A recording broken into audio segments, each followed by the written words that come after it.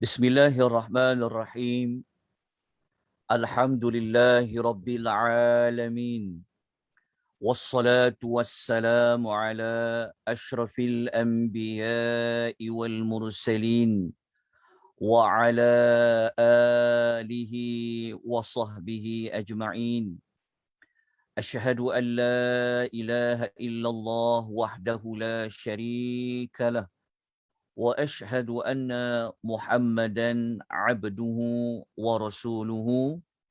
Allahumma salli wa sallim ala nabiyyina Muhammad wa ala alihi wa sahbihi wa man tabi'ahum bi ihsanin ila yaumiddin, amma ba'd.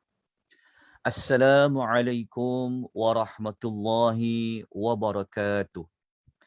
Muslimin dan muslimat rahimani wa rahimakumullah, tuan-tuan dan puan-puan, alhamdulillah, bersyukur kita kepada Allah Subhanahu wa taala kerana pada pagi ini kita dapat bertemu buat siri yang ke-11 kelas kita. Siri yang ke-11 pada pagi ini, moga-moga Allah Subhanahu wa taala memberikan rahmat kepada kita, Allah menurunkan as-sakinah, Allah menurunkan ketenangan, Allah melapangkan dada kita, Allah mempermudahkan urusan kita. Semoga kita diberikan keberkatan dalam hidup kita, kita diberikan keberkatan Al-Quranul Karim. Moga-moga pengisian kita pada pagi ini termasuk dalam amal-amal soleh di sisi Allah Subhanahu wa taala. Siri yang ke-11 pada pagi ini, tuan-tuan dan puan-puan, kita akan menggunakan nota yang telah dihebahkan, yang telah diberikan kepada tuan-tuan dan puan-puan pada minggu yang lepas, yang mana pada minggu lepas tuan-tuan telah mendapat nota sehinggalah keterangan ayat yang ke-15. Dan pada pagi ini juga kita akan mempelajari tentang keterangan dan tafsiran ayat yang ke-16. Namun begitu, untuk ayat yang ke-16, nota telah pun diletakkan di dalam link Google Drive yang bertajuk nota tadabbur untuk suratul Al-Kahfi. Tuan-tuan boleh dapatkan nota tersebut di bahagian chat di dalam Zoom, ataupun kalau tuan-tuan berada di FB, saya minta tuan-tuan lihat di bahagian komen, saya telah letakkan link tersebut. Jadi moga-moga nota tersebut membantu kita semua untuk kita dapat memahami, memudahkan kita belajar bagi sesi siri-siri pembelajaran kita. InsyaAllah pada pagi ini kita akan beri tumpuan kepada 2 ayat sahaja, kerana kita tidak perlulah untuk terkejar-kejar, ataupun tidak perlu kita nak cepat-cepat menghabiskan ayat. Yang paling utama adalah pada pemahaman, yang kedua adalah pada penghayatan, yang ketiga adalah kepada apakah tindakan, apakah yang boleh kita ambil manfaat daripada ayat-ayat yang kita baca. Sebab suratul Kahfi ini ramai juga kita faham, jadi kita akan mengulas ayat tersebut satu persatu secara terperinci. Moga-moga Allah Ta'ala memberikan kita banyak manfaat. Jadi pagi ini sasaran kita ayat yang ke-15 dan ayat yang ke-16. Jadi siapa-siapa yang ada nota untuk ayat 15, tuan-tuan dah boleh rujuk, ataupun tuan-tuan boleh lihat di depan skrin Zoom tuan-tuan dan puan-puan, ataupun tuan-tuan boleh membuka mushaf, lihat kepada ayat yang ke-15. Ayat yang ke-15 ini sudah pasti ia adalah perincian kepada ayat yang ke-14. Yang mana pada ayat nombor 14 yang lalu, kita semua telah mempelajari. Kalau kita tengok pada ayat nombor 14, kita tengok ayat nombor 14 kan. Okey, ketika kita belajar pada ayat nombor 14, yang ayat nombor 14, kita telah diberitahu oleh Allah. Allah Ta'ala menceritakan kepada kita di dalam Al-Quran bahawasanya pemuda-pemuda ini mereka dengan tegas, mereka dengan beraninya, mereka mengisytiharkan, mereka membuat pengumuman secara terus terang bahawa mereka mengatakan Tuhan mereka ini yang sebenar-benarnya adalah Tuhan yang menciptakan langit, yang menjaga langit, yang menguruskan langit-langit, dan yang Tuhan yang sebenar adalah Tuhan kepada bumi. Itu pada ayat nombor 14. Kemudian mereka juga telah mengisytiharkan secara terus terang bahawa selama-lamanya mereka tidak akan sama sekali akan menyembah, akan beribadah kepada Tuhan selain daripada Allah. Dan maklumat ketiga yang dinyatakan oleh pemuda-pemuda tersebut, mereka mengatakan bahawasanya jika mereka menyembah Tuhan lain selain Allah, mereka telah berada dalam kesesatan yang jauh. Tiga maklumat ini berada pada ayat yang ke-14 yang telah kita pelajari pada minggu lepas. Walaupun mereka masih muda, tetapi mereka berani, mereka ada prinsip, mereka tidak gentar. Sebab apa? Kerana Allah Ta'ala telah warabatna ala qulubihim. Allah Ta'ala telah ikat hati mereka. Allah Ta'ala telah kuatkan hati-hati mereka. So maklumat ni telah kita jelaskan pada siri yang ke-10 pada minggu lepas. Jadi sesiapa yang tidak sempat untuk ikuti ataupun tidak sempat untuk mendengar pengisian ini, tuan-tuan dan puan-puan, kalau tuan-tuan ingin mengikutinya, maka tuan-tuan boleh dapati rakamannya berada di dalam FB Akademi Tadabbur Malaysia. Tajuknya Tadabbur Suratul Kahfi dalam kurungan siri yang ke-10.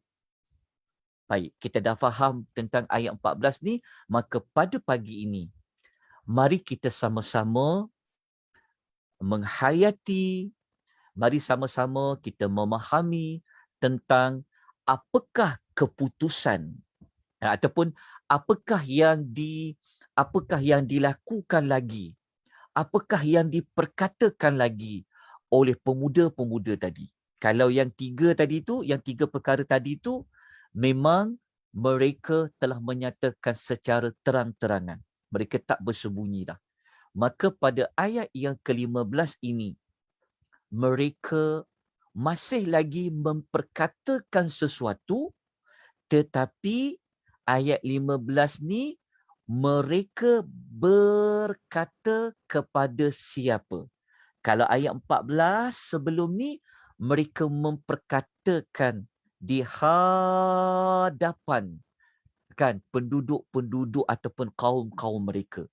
Maka ayat nombor 15 ini kata para ulama tafsir. Maknanya ayat 15, ayat nombor 16 ini kata para ulama tafsir mereka berkata sesama sendiri.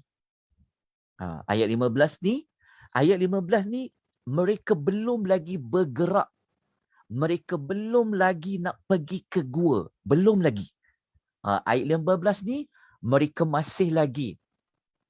Maknanya ayat 15 ni mereka belum lagi nak pergi ke mana lepas ni, nak membawa diri mereka. Nak membawa diri mereka, mereka nak pergi ke mana tu, itu nanti kita akan jumpa pada ayat nombor 16. Jadi ayat 15 ni, mari kita lihat bagaimanakah apa yang diperkatakan oleh pemuda-pemuda ini tentang kaum mereka. Kalau ayat 14, mereka memperkatakan tentang diri mereka itu sendiri itu apa agamanya, apa pegangannya. Tapi ayat 15 ni, mereka memperkatakan tentang kaum dia, orang kampung dia, orang tempat dia tu sebenarnya apa yang berlaku. Okay, kita kena bezakan maklumat ayat 14 dan 15. Okey, mungkin nota yang tuan-tuan lihat pada pagi ni macam ada perbezaan sikit yang nota yang tuan-tuan dapat pada minggu lepas. Dia tak ada beza banyak apa pun. Cuma saya letakkan warna-warna sikit supaya lebih mudah nak faham dengan belajar secara online ni. Sebab kita belajar di atas talian ni, maka saya kena perbagaikan cara supaya tuan-tuan dapat supaya tuan-tuan jelaslah. Kalau kita belajar bersemuka tak apa. Ni sebab atas talian ni mungkin ada beza sikit, ada maklumat tambahan yang saya tambah berdasarkan nota asal yang tuan-tuan dapat pada minggu lepas. Baik. Ayat 15 ni Allah Taala menceritakan kepada kita adalah okey, a'udzubillahi minasyaitonirrajim. Haulai qaumuna. Okey, qaumuna ni maksudnya kaum kita. Haula itu maksudnya mereka, kaum kita. Maknanya kaum kita tu maknanya ucapan pemuda-pemuda tadi tentang kaum mereka. Mereka kata apa dekat kaum mereka tu? Mereka kata, ittakhadhu min dunihi alihah. Mereka telah mengambil, maksudnya mereka telah menyembah beberapa Tuhan. Alihah ni, alihah maknanya ada banyak Tuhan. Beberapa Tuhan. Beberapa Tuhan tu mereka buat apa? Ittakhadhu. Ittakhadhu tu maksudnya mereka menyembah, mereka mengambil. Maknanya mereka menyembah alihah, Tuhan-Tuhan. Sebagai apa? Min dunihi. Lain daripada Allah. Jadi dalam bahasa terjemahan, ittakhadhu min dunihi alihah, maknanya mereka, kaum-kaum mereka ni telah menyembah beberapa Tuhan selain daripadanya, iaitu daripada Allah. Okay, ini adalah isu utama. Kita tengok anak panah yang telah saya letakkan dekat nota tu kan, lepas tu saya letakkan dengan highlightkan dengan warna kuning ni. Ini adalah isu utama kaum-kaum pemuda tadi tu. Maknanya ayat nombor 15 ni, pemuda-pemuda ni mereka nak perkatakan kaum mereka ni sebenarnya macam mana. Kan, apa yang berlaku kepada mereka. Kerana daripada isu kaum mereka inilah nanti ia akan membawa kepada mereka pergi ke gua. Kalau kaum mereka ni tak ada masalah, kalau kaum mereka itu sama macam pemuda-pemuda ni, tentu tak timbul isu nak pergi mencari gua. Tetapi kerana ada isu berlaku pada kaum-kaum mereka ini, menyebabkan timbulnya kejadian mereka pergi kepada gua yang ayat 16 yang kita akan ceritakan nanti, insya-Allah. Okey, maka isu pada kaum pemuda-pemuda ni apa? Orang-orang kampung dia sebenarnya berlaku apa? Mereka telah mensyirikkan Allah. Mereka telah mengambil ada Tuhan-Tuhan lain selain Allah. Maksudnya penduduk-penduduk kampung mereka ni, mereka tidak menyembah kepada Tuhan yang menciptakan langit, Rabbus Samawat. Kaum-kaum mereka ini, mereka tidak hanya semata-mata menyembah Tuhan, kepada Rabbul Ardi, Tuhan bumi, seperti mana yang dianuti, yang dipegang oleh pemuda-pemuda ini. Okey, jelas tuan faham isu dia? Okey. Kemudian pemuda-pemuda ini mereka mengatakan kaum-kaum dia yang telah menyembah Tuhan lain selain daripada Allah ni, apa masalah dia? Masalah dia kita dah nampak. Masalahnya, isu utamanya adalah kesalahannya mereka telah mensyirikkan Allah. Itu isu utama dia. Kemudian ayat 15 ni kita dapat belajar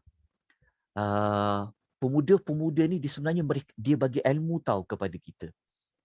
Ayat 15 ni dia memberikan kita ilmu, memberikan kita maklumat tentang kalau mensyirikkan Allah Ta'ala ni, apa perkara yang, maksudnya ayat 15 ni dia memperincikan lagi kepada kita, bagi ilmu kepada kita, ada apa dengan isu mensyirikkan Allah Ta'ala ni.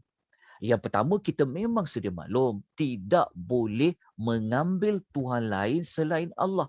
Mengambil Tuhan lain tu maksudnya kita minta pertolongan kepada selain daripada Allah, percaya ada makhluk-makhluk lain yang berkuasa, sebagainya lah. Okey. Orang yang mengambil Tuhan lain selain daripada Allah ini, kenapa tak boleh? Ada masalah apa? Pertama, memang ada masalah dah. Tetapi perincian masalahnya adalah pemuda-pemuda ni mengatakan, laula ya'tuna alaihim bisultanim bayyin. Ayat yang bermula laula ya'tuna alaihim bisultanim bayyin merupakan perincian kepada kesalahan mengambil Tuhan lain selain Allah. Apa kesalahannya?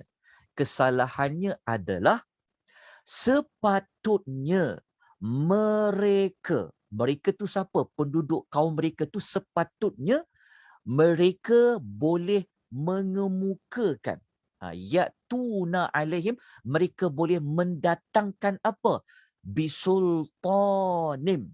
Bisultanin maksudnya keterangan, hujah, bukti. Bukti yang macam mana? Bayyin. Bayyin maknanya yang jelas. Sultanin, bukti, alasan, hujah. Bayyin, yang jelas. Okey, faham dulu ayat dia. Saya terangkan satu persatu, seketul-seketul ayat tu, kalimah by kalimah, supaya dalam masa sama kita nak faham ayat Quran ni, kita dapatlah belajar vocab. Sedikit demi sedikit belajar ayat tu. Bayyin tu, bayyin maknanya yang jelas. Macam surah Al-Bayyinah. Surah Bayyinah tu maksudnya yang jelas. Bisultan, sultan tu maksudnya adalah bukti, adalah hujah. Kalau kita tengok dekat dalam nota tambahan yang saya ada letakkan, nota yang minggu lepas tak ada, tapi kita boleh salin lah. Okey, dalam Quran, kalau kita jumpa perkataan sultan, kan, sultan. Kita orang Melayu guna juga sultan kan. Kita sebut sultan. Yang betulnya sultan, huruf ta, bukan tan. Tak apalah. Orang kita sebut sultan kan. Kita ramai sultan. Kenapa raja-raja kita dipanggil sultan? Kerana perkataan sultan, salah satu penggunaan di dalam Quran, dia merujuk kepada orang yang ada kuasa. Dia merujuk kepada kekuatan. Itu makna sultan yang pertama. Okey, kejap. Saya nak kontrol sesuatu sekejap. Okey. Jelas sultan. Okey, dalam Quran perkataan. Perlahan-lahan kita belajar. Saya harap suara saya boleh dengar tak? Suara saya jelas tak, tuan-tuan? Jelas. Jelas. Oh, okey, Jelas, jelas. jelas. Alhamdulillah, syukur. Sebab dia diam je semua. Bimbang juga saya ni. Okey. Perkataan sultan, okay, kita belajar vocab lah. Sedikit kita belajar. Perlahan-lahan kita belajar. Okey, tak perlu kita terkejar-kejar untuk habiskan ayat. Okey. Perkataan sultan di dalam Quran kadang-kadang Allah nak memaksudkan adalah yang mempunyai kekuatan. Itu dipanggil sultan. Yang ada kekuasaan. Itulah makna sultan yang pertama. Sebab tu kita ada sultan. Tu kenapa dia panggil sultan? Sebab mereka ada kuasa. Jelas kan? Okey. Dan kadang-kadang di dalam Al-Quran, perkataan sultan dekat sini bukan dia merujuk kepada kekuasaan, kekuatan, tetapi dia merujuk kepada bukti ataupun hujah. Okey. Saya tunjukkan contoh ayat-ayat lain yang menunjukkan bahawasanya penggunaan perkataan sultan ini ada dua sudut. Okey, dalam nota yang lama tak ada. Sultan buat salinan. Okey, begini. Kalau tuan-tuan lihat surah Ar-Rahman ayat nombor 33, ayat 33 ni boleh ditemui pada muka surat 532 di dalam Quran, tetap akan jumpa perkataan sultan dekat sini. Kan? Illa bisultan. Sama macam ayat nombor 15 tadi. Betul tak? Bisultan. Sama. Dari sudut kalimah sama. Tapi dari sudut makna enggak sama. Sebab apa? Sebab tengok kepada konteks ayat. Jadi perkataan sultan pada ayat 33 surah Rahman ni, dia bukan merujuk kepada maksud hujah ataupun bukti. Tetapi perkataan sultan pada ayat 33 surah Ar-Rahman merujuk kepada kekuatan. Jadi kalau kita faham ayat 33 surah Ar-Rahman, Allah telah mencabar kepada semua jin. Dan Allah mencabar kepada manusia-manusia. Apabila nanti jadinya hari kiamat, Allah Ta'ala cabar kepada jin, Allah Ta'ala cabar kepada manusia supaya larikanlah diri. Maksudnya Allah Ta'ala mencabar. Kalau korang boleh, Allah kata, kamu larilah diri. Larilah daripada kiamat. Lari kata Allah. Allah cabar mereka. Seperti mana Allah mengatakan, Ya ma'asyaral jinni wal ins. Allah kata, wahai seluruh jin, wahai seluruh manusia, kata Allah, inistata'tum an tanfudhu min aqtaris samawati wal ardi. Allah Ta'ala kata, Allah kata, jika kamu sanggup, kalau kamu boleh nak menembusi, nak melintasi semua penjuru-penjuru langit dan bumi, kata Allah, fanfudhu. Allah Ta'ala kata, silakan lari kata Allah. Tembuslah. Carilah jalan mana dekat langit, jalan kat bumi. Kalau kau nak lari kata Allah. Silakan kata Allah. Kalau kau nak larikan diri daripada hari kiamat. Tetapi Allah Ta'ala mengatakan apa? La tanfuzu. La tanfuzu. Tuhan kata kamu takkan dapat nak larikan diri, kata Allah. Sebab apa kata Allah kamu takkan boleh nak melarikan diri daripada mana-mana langit dan bumi? Kerana kata Allah, kamu hanya boleh melarikan diri, kata Allah, illa bisultan. Melainkan kalau kamu ada kekuatan. Okay, jelas maksud ayat 33 ni. Sambil kita belajar Suratul Kahfi, kita belajar juga ayat-ayat lain pada pagi ini. Jadi ayat 33 Suratul Rahman, Allah guna perkataan sultan adalah merujuk kepada kekuatan, kekuasaan. Bukan makna hujah ataupun bukti. Okey, kita dapat belajar tentang perkataan sultan. Dan seperti mana kita sebut tadi, perkataan sultan kadang-kadang ia merujuk kepada bukti ataupun hujah. Saya bawa contoh ayat lain. Selain ayat 15, saya buat contoh ayat lain untuk kita mengukuhkan penggunaan perkataan sultan di dalam Al-Quran.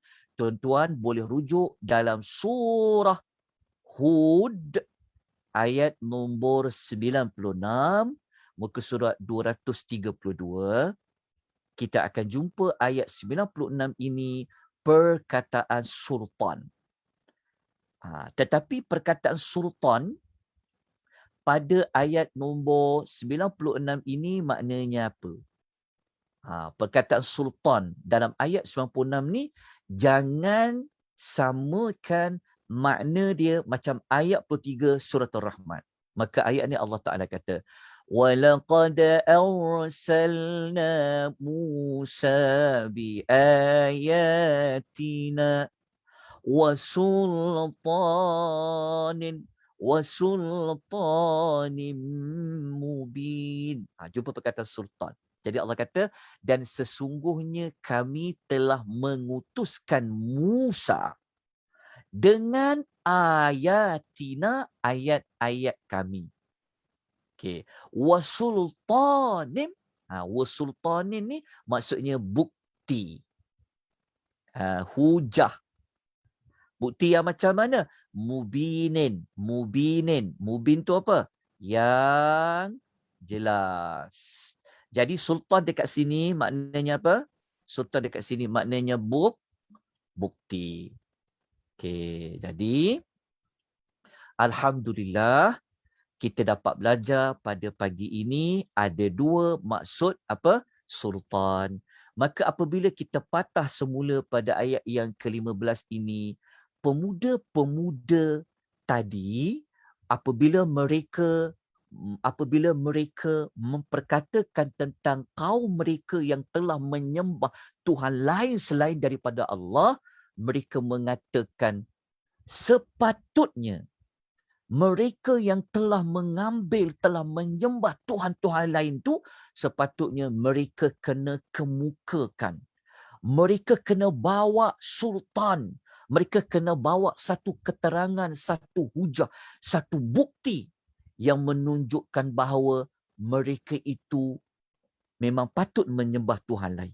Jadi dekat sini sultan maksudnya bukti. Maknanya daripada ayat 15 ni, perkara yang pertama kita dapat belajar, apakah kesalahan orang yang mengambil Tuhan lain selain daripada Allah? Maksud dia apa? Adalah tidak mempunyai bukti hujah apa? Hujah yang betul bahawasanya boleh ambil Tuhan yang lain. Maknanya pemuda-pemuda tadi mereka telah memperkatakan bahawa tak patut pun, tak sepatutnya mereka mengambil Tuhan lain selain Allah. Sebab apa? Sebab mereka tak ada sebab. Mereka tak ada bukti. Mereka tidak ada hujah yang boleh menyokong perbuatan mereka itu betul. Patut mereka mengambil Tuhan lain. Itulah ayat laula ya'tuna alaihim bisultanin mubin. Itu isu pertama. Yang kedua, perincian yang kedua, tujuh pemuda gua ni mereka mengatakan apa dia? Faman azlamu mimman iftara 'ala Allahi kadhiba. Perkara kedua, apa kesalahan jika mengambil Tuhan-Tuhan lain selain daripada Allah? Kesalahan yang pertama tadi memang tidak ada dalil hujah yang boleh menyokong tindakan tersebut. Yang kedua adalah mereka telah berdusta terhadap Allah, yang mana mereka berdusta terhadap Allah Ta'ala itu telah membawa mereka terjatuh ke dalam perbuatan orang-orang yang zalim. Saya ulangkan sekali lagi. mereka yang menyembah Tuhan lain selain daripada Allah, seolah-olah mereka telah membuat pendustaan. Mereka telah buat pendustaan terhadap Allah. Yang mana mereka kata seolah-olah ada Tuhan lain selain Allah. Ada Tuhan 2, ada Tuhan 3, ada Tuhan 4. So, mereka yang mengambil Tuhan yang kedua, Tuhan yang ketiga selain Allah Ta'ala tu, mereka telah melakukan perbuatan mendusta. Mereka telah berdusta terhadap Allah. Maka perbuatan berdusta terhadap Allah Ta'ala ini, dia dipanggil perbuatan orang-orang yang zalim. Perbuatan orang yang zalim ni bukan zalim yang kecil-kecil, tetapi perbuatan zalim yang sangat zalim.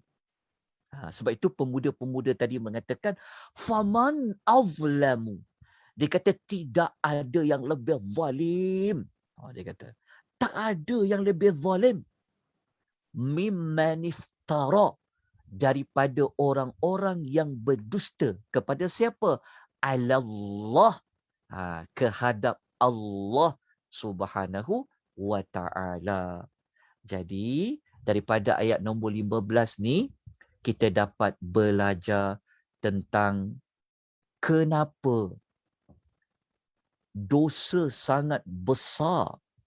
Yang paling besar dalam banyak-banyak dosa ni, maknanya zalim yang paling besar sekali dalam banyak-banyak zalim adalah mensyirikkan Allah. Sebab apa? Sebab sesiapa mensyirikkan Allah, yang pertama, mereka tidak ada sebarang alasan pun yang membolehkan mereka patut mencari Tuhan lain.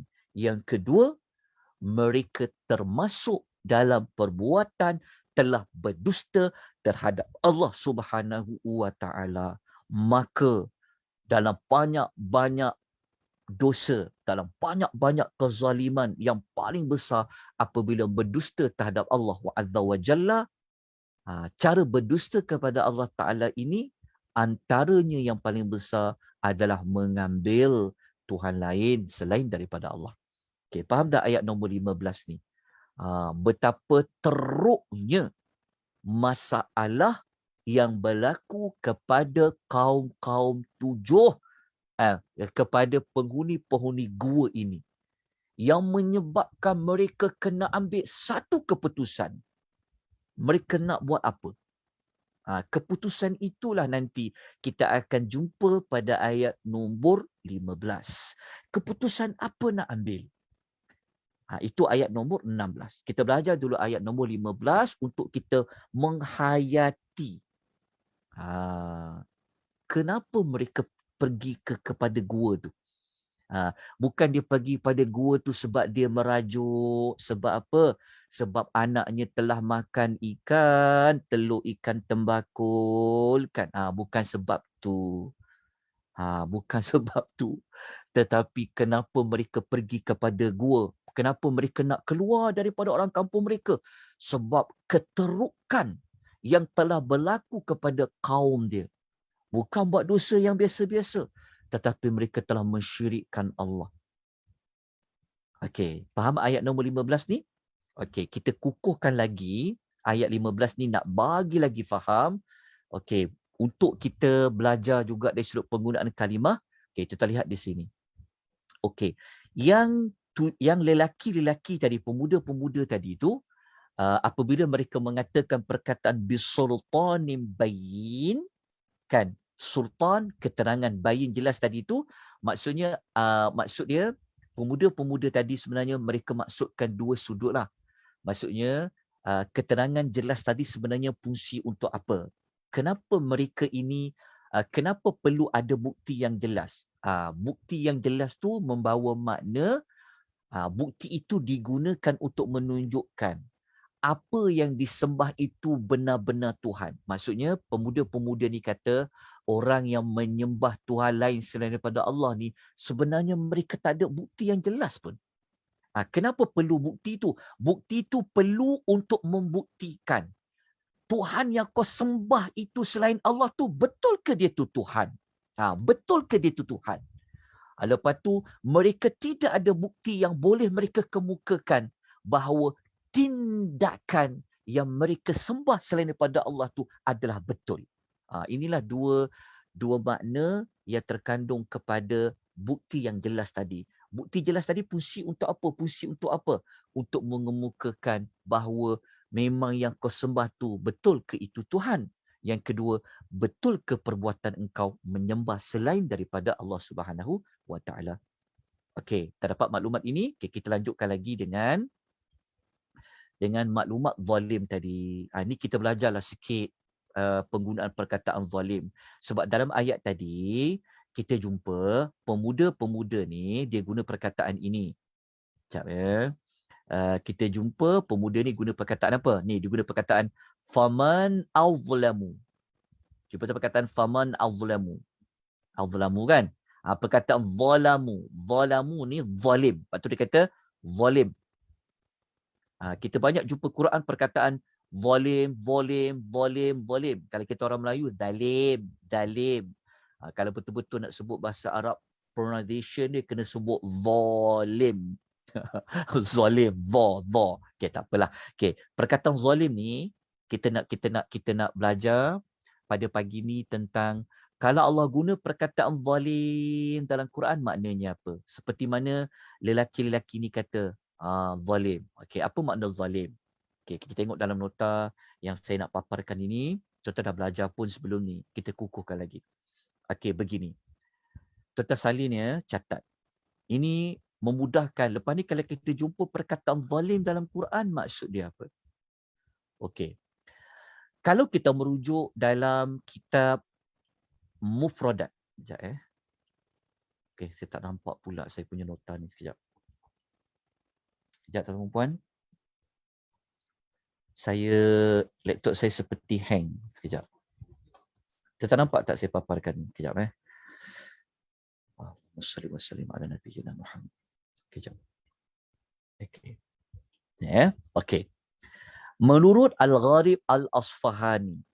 Okey, tuan-tuan dan puan-puan, apa makna zalim? Selepas ni, kejap Selepas ni apabila skrin saya ni ada isu kejap tuan-puan Bismillah. Allahumma salli wa sallim ala Kejap Sebab saya gelap, saya tak nampak apa-apa dekat skrin saya. Mungkin tuan-tuan boleh nampak saya. Tuan-tuan nampak tak saya? Nampak Ustaz. Nampak. Ustaz nampak. Nota nampak. Kejap. Nampak Ustaz. Tengok. Laptop Ustaz dah letih Ustaz. Tak apa. Banyak jasa dia. Yalah. Ini pun sebenarnya adalah hadiah daripada seseorang sebenarnya. Dia orang menghadiahkan. Jadi saya manfaatkan sebaik yang mungkin. Memang banyak. Okey, kejap. Nampak kejap. Dia macam seperti sangkut sekejap Kejap. Bismillah. Kejap. Dia seperti kelip. Saya tak nampak apa-apa. Dia dah penat dah. Sekejap Bismillah.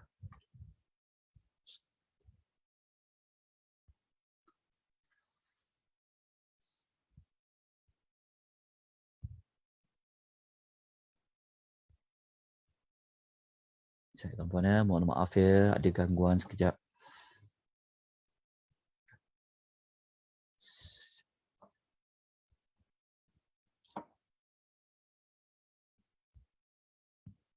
Kalau terputus nanti saya akan masukkan semula kejap Okey, jap. Tak apa Ustaz, take your time. Relax. Okey. InsyaAllah keluar pula benda-benda ni. Kejap. Saya buka slide tadi dia tak boleh keluar. Kejap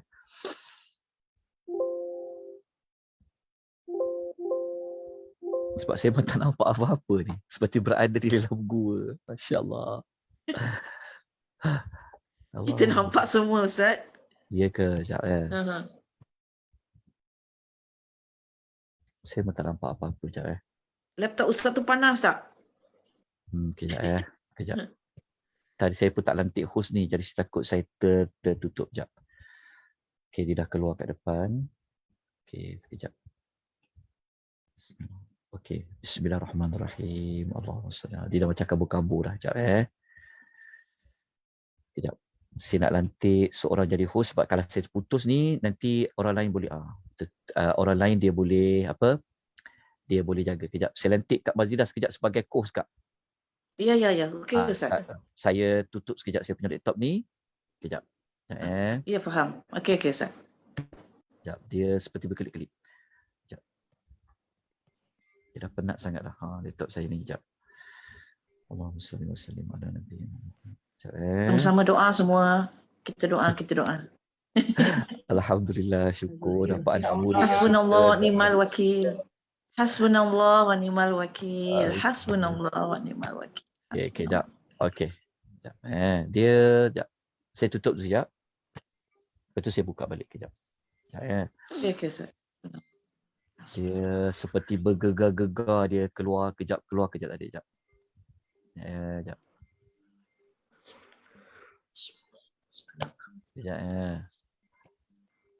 Sekejap. Bismillah. Okey, nota saya papan nampak tak? Nampak kan? Nampak Ustaz. Nampak. Okey, sekejap. Saya buka balik semua. Semua orang berzikir. Apa yang Ustaz ajar kita zikir. Ikut apa yang Semua Ustaz ajar. berdebar ni. Okey, sekejap Sekejap. Tak nak buka dah. Okey, nampak nota saya papan kan? Nampak Ustaz. Bentar. Okey, jom kita teruskan. Boleh. Okey, begini. Okey, kita lanjutkan. Sekejap mohon maaf atas gangguan ya. Okey, begini. Okey, kita sampai tadi kan? Okay, kita terangkan. Apa makna zalim tadi? Okey. Dia dah okey sekejap Perkataan zalim. Sekejap.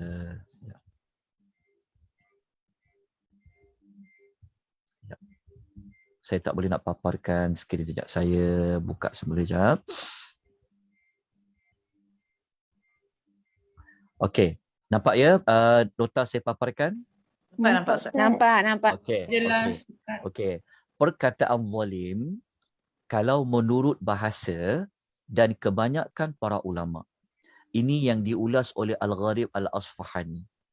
Okey, menurut Imam Al-Gharib Al-Asfahani, beliau mengatakan kalau kita jumpa perkataan zalim, okey, menurut bahasa, menurut ulama pakar bahasa dan kebanyakan ulama, ia bermakna meletakkan sesuatu bukan pada tempat yang telah dikhususkan.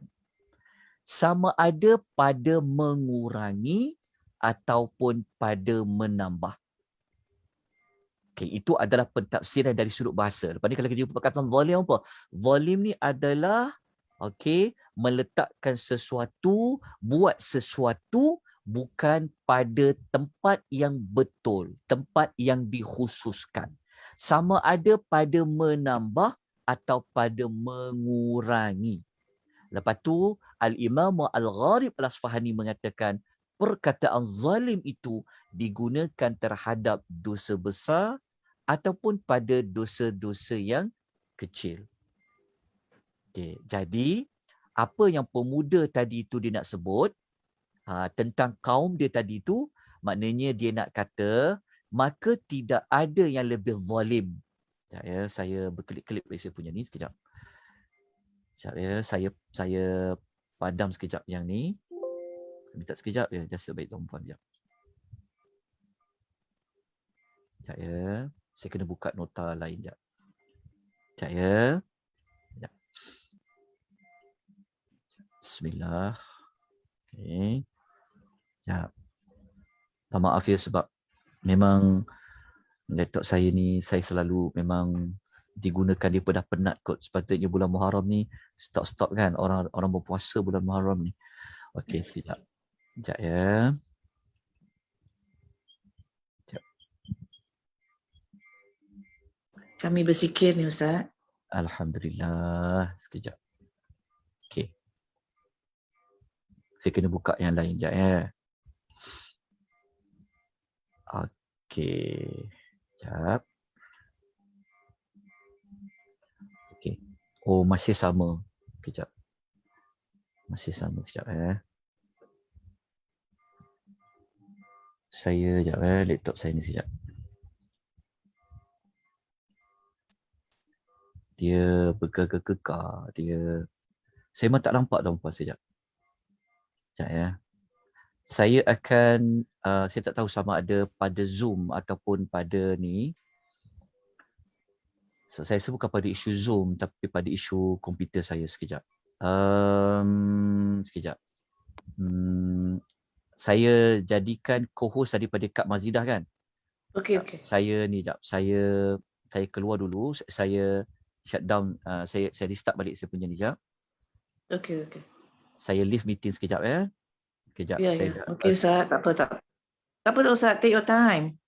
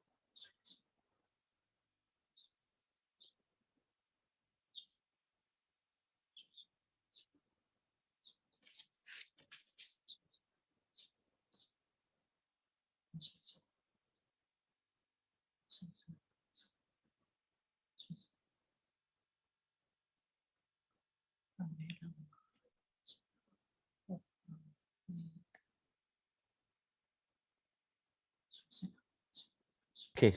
Alhamdulillah. Boleh dengar suara saya? Boleh Ustaz. Okey, cuma live dekat FB tu Alhamdulillah. Okey Ustaz. dapat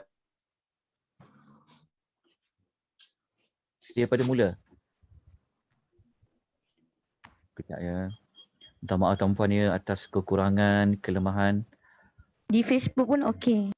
Di FB pun okey, alhamdulillah. Sebab saya dah ganti sebab saya minta maaf tuan-puan sebab kami di akademi ni memang tidak ada admin. Saya yang mengajar, saya juga yang ni. Jadi sebab tu saya kena show off tadi sekejap Tapi tak apa, saya ada co-host kan. Okey. InsyaAllah kali ni boleh. Tak apa, pelan-pelan. Kita belajar. Relax. Ujian tak Ustaz, ujian. Okey, sekejap Okey, tadi kita dah sampai kepada ayat nombor 16 kan? Kita belajar tajuk zalim kan? Ya. Okay, nampak tak nota yang saya paparkan? Nampak Nampak. Alhamdulillah. Minta maaf kepada rakan-rakan yang melihat di FB di atas belakangnya Tengendala. Okey, ada kan? Recording Ustaz on tak? Tak, FB tu ada kan? Dekat FB tu kan? FB memang automatik ke Ustaz ya? Okey. FB tu keluar tak? Dekat FB. Keluar. Okey, keluar. Alhamdulillah. Sian dekat rakan-rakan kita. Sebab saya punya Zoom ni memang kita limitkan kepada 100 orang. Jadi kita sekarang dah ada 98 termasuk saya. Jadi ada satu lagi tempat atau dua tempat kalau siapa-siapa nak ikut melalui Zoom. Okey. Kita lanjutkan tentang perkataan zalim tadi. Okey, saya harap kita dah jelas tentang penggunaan perkataan zalim secara umum. Maknanya perkataan zalim dari sudut bahasa dan mengikut kebanyakan para ulama, makna zalim ni adalah kalau kita buat sesuatu pada bukan yang tempat yang sebenar. Maka perkataan zalim ni juga selalu dikaitkan dengan orang yang berdosa. Sama ada pada dosa besar ataupun pada dosa kecil. Baik, kita lanjutkan. So ayat nombor 15 tadi alhamdulillah kita dah dapat belajar daripada ayat nombor 15 tadi, kita telah dapat belajar bahawasanya penduduk-penduduk ataupun kaum bagi pemuda-pemuda ini berbeza dengan mereka. Kalau mereka hanya menyembah kepada Tuhan yang satu, maka kaum-kaum mereka telah menyembah Tuhan-Tuhan yang lain. Cuma Allah Ta'ala tidak menerangkan Tuhan-Tuhan yang lain tu siapa. Tidak diterangkan. Tetapi secara faktanya memang kaum mereka telah mensyirikkan Allah Subhanahu wa Ta'ala. Jadi daripada ayat 15 ni, apakah yang kita dapat belajar? Tetapi bukan sekadar kita nak tahu apa yang kita dapat belajar, tetapi adalah apakah tindakan yang kita boleh ambil. Apa perubahan yang kita kena buat dalam hidup kita selepas kita faham ayat 15 ni. Jadi dalam setiap ayat tu, saya letakkan di bawah tajuk tindakan selepas tadabbur. Nak kena buat apa? Okey, yang pertama, T ni merujuk kepada tindakan. Okey, tindakan pertama.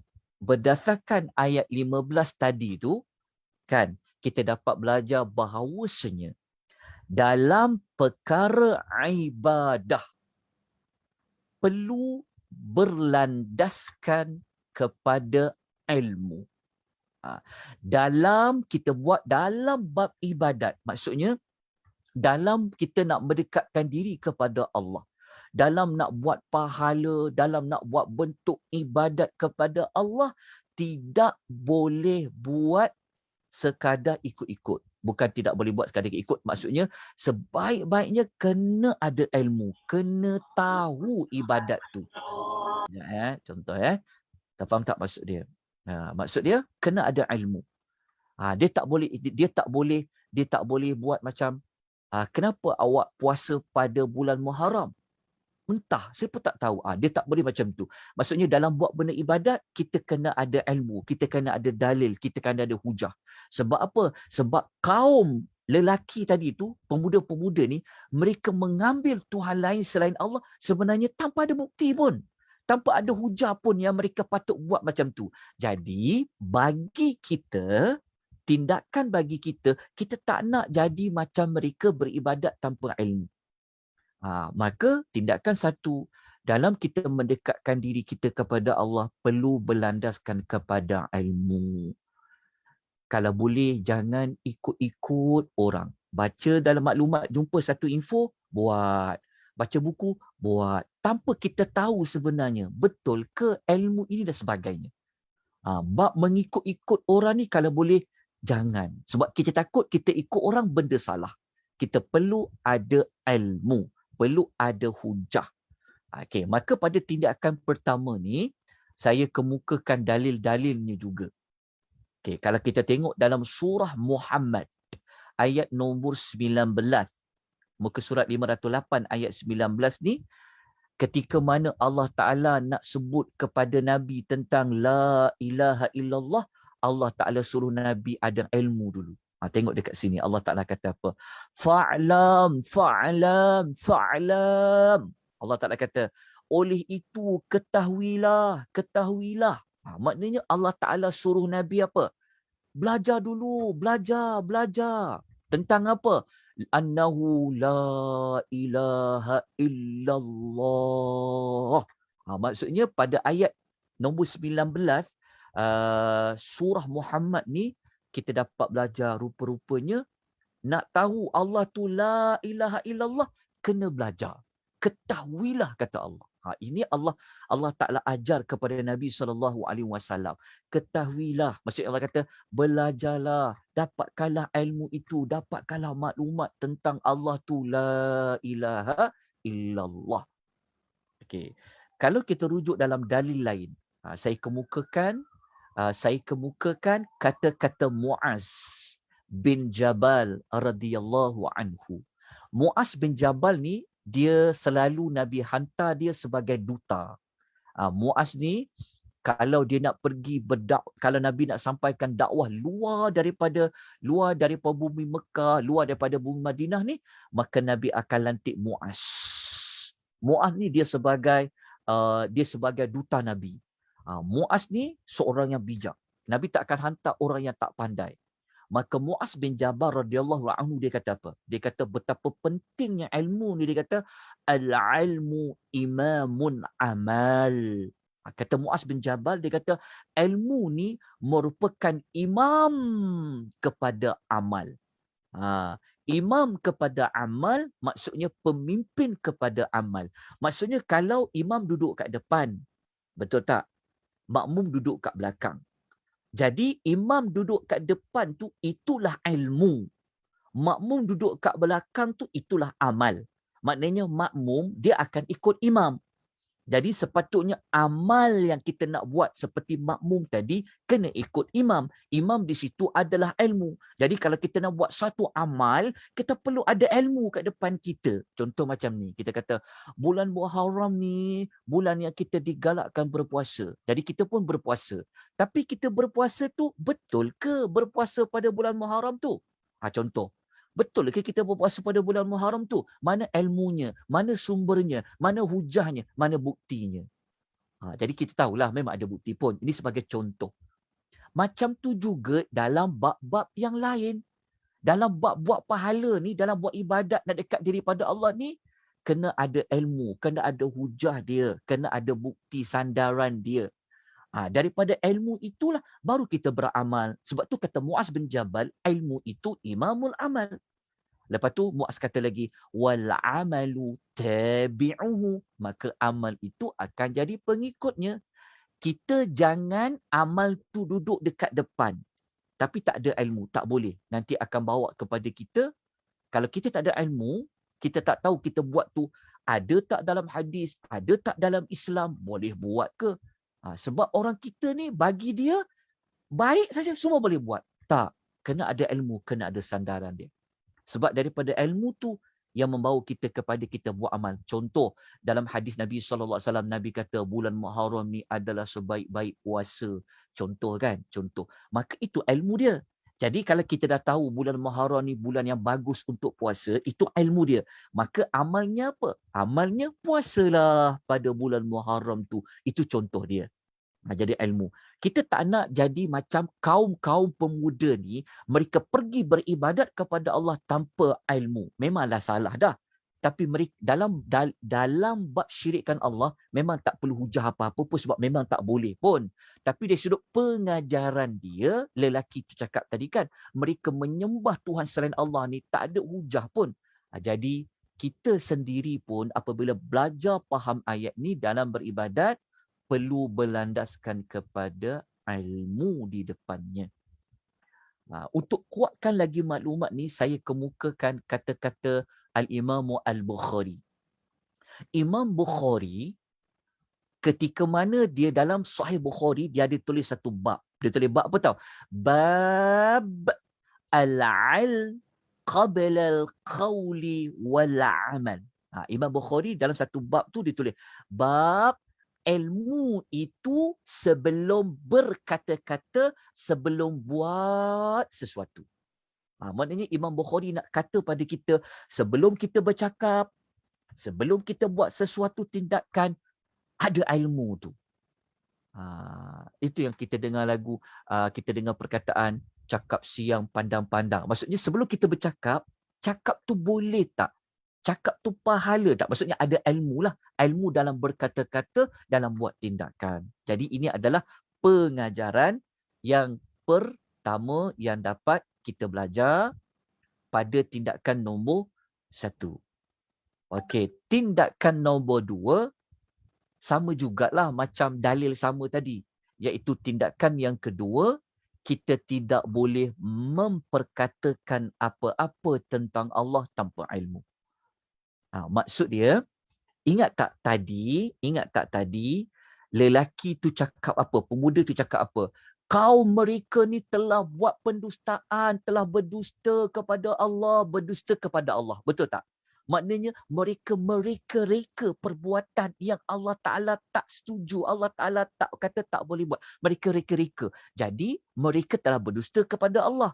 Maka pengajarannya kepada kita ni pun, kalau kita nak cerita tentang Allah, nak sebut tentang agama Allah, nak ulas tentang perkara-perkara dengan agama, tidak boleh cakap tanpa berdasarkan kepada ilmu. Tambah-tambah lagi, kita nak ulas, kita nak cerita, kita nak sebut tentang Allah. Paling mudah, Al-Quran adalah kalam Allah. Sebab itu hati-hati. Jangan semangat sangat nak kongsikan maklumat dalam ayat Quran, kita tersalah ulas. Kita tersalah faham. Tak boleh. Kita jangan cakap sahaja, orang kampung pemuda, kaum-kaum pemuda Al-Kahfi itu jahatnya, mereka buat dusta kepada Allah.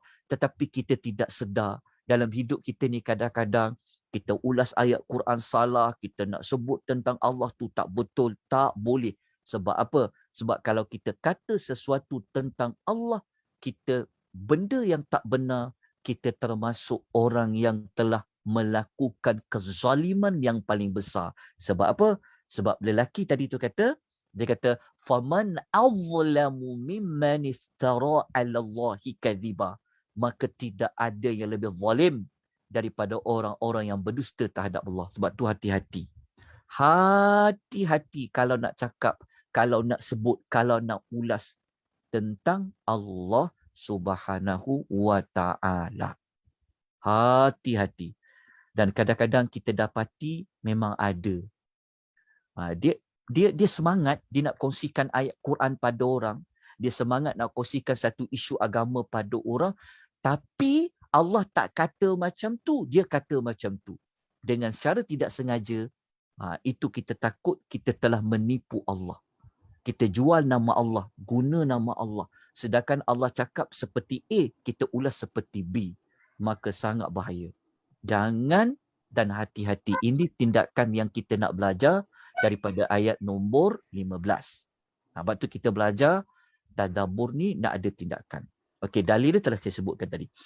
Okey, kita teruskan pergi kepada ayat yang ke-16. Okey, ayat 16 ni kita menggunakan nota yang tuan-tuan boleh ambil di Google Drive yang ada saya lampirkan kepada tuan-tuan dan puan-puan. Sekejap ya. Saya minta tolong jaga audio ya. Jadi kena hati-hati. Okey, kita terus kepada ayat yang ke-16. Okey, ayat 16 ni, okey, ayat nombor 16 adalah tindakan yang akan diambil.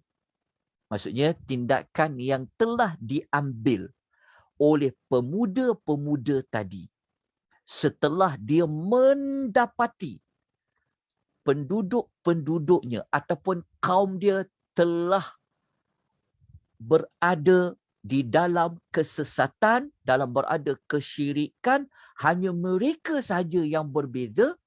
Ditambahkan pula kita belajar sebelum ini, mereka menghadapi dengan ancaman-ancaman daripada penduduk tempat mereka, maka mereka membuat keputusan pada ayat nombor 16 ini, mereka hendak membawa diri mereka keluar daripada kampung mereka itu, pergi kepada gua.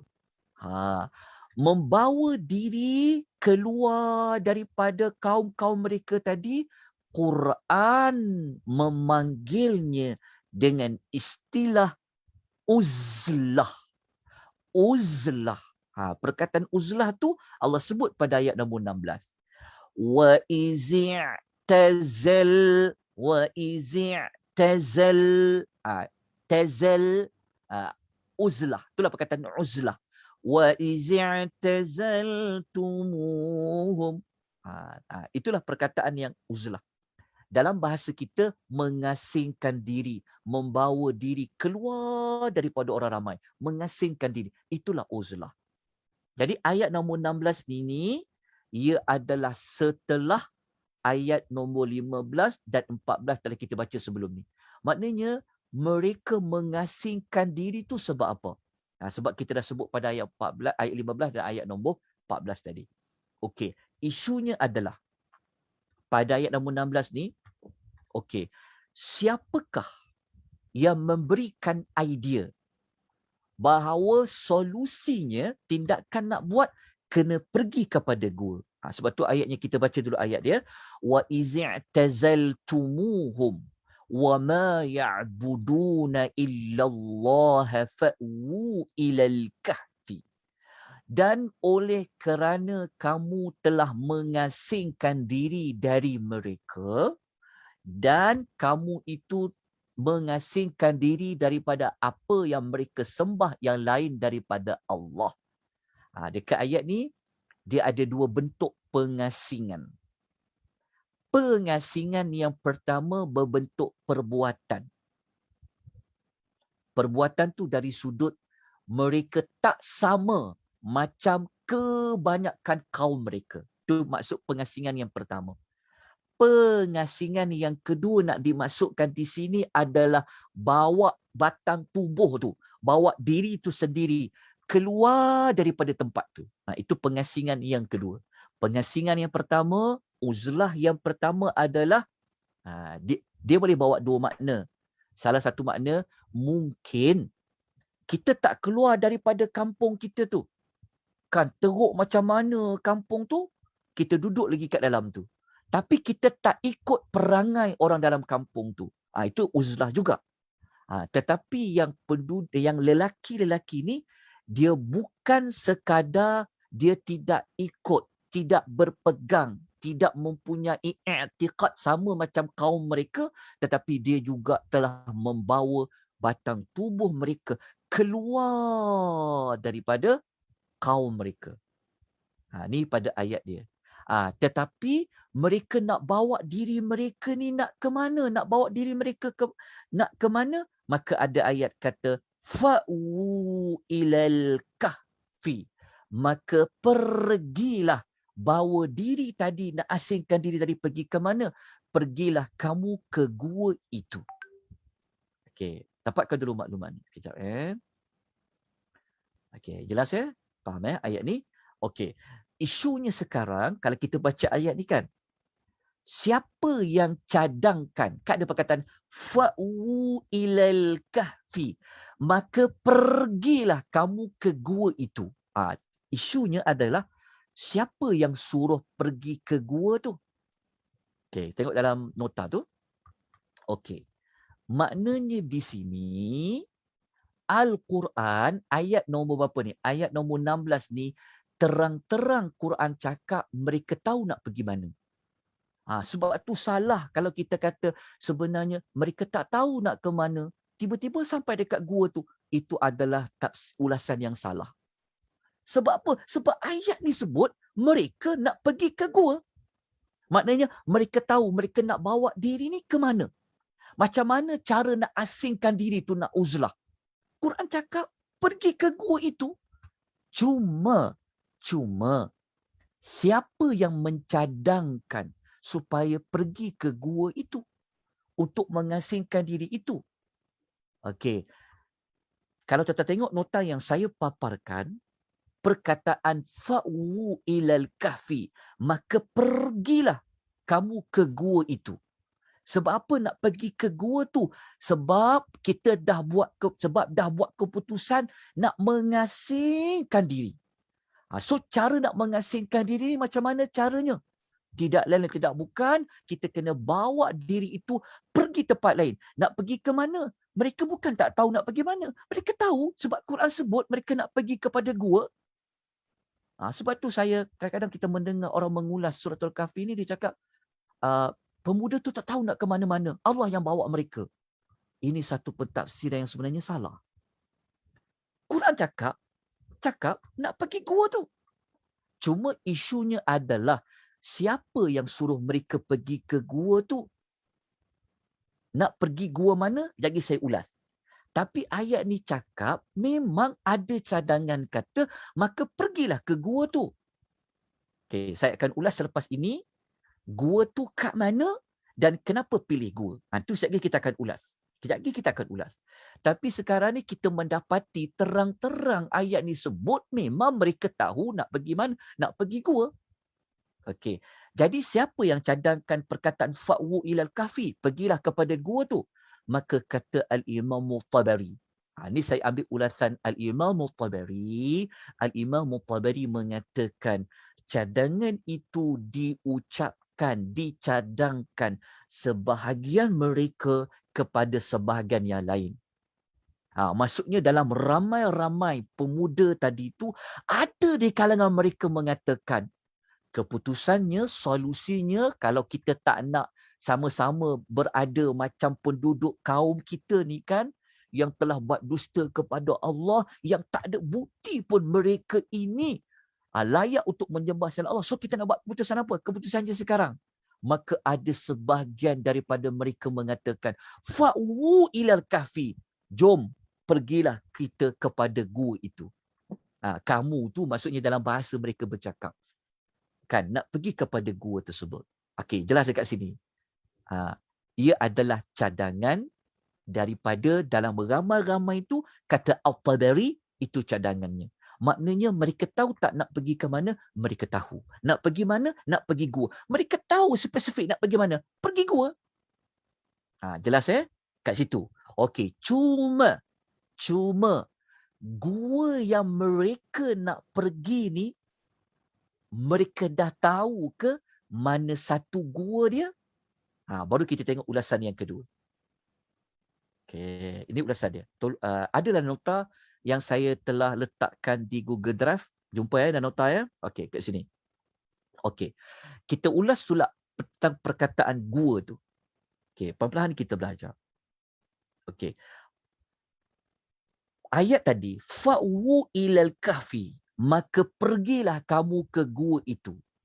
Perkataan al-kahfi, perkataan ada huruf alif lam dekat kahfu, kan sebelum huruf kaf, fa ada alif lam. Al-kah. Perkataan ia membawa maksud kata nama khas ataupun definite ataupun ma'rifah.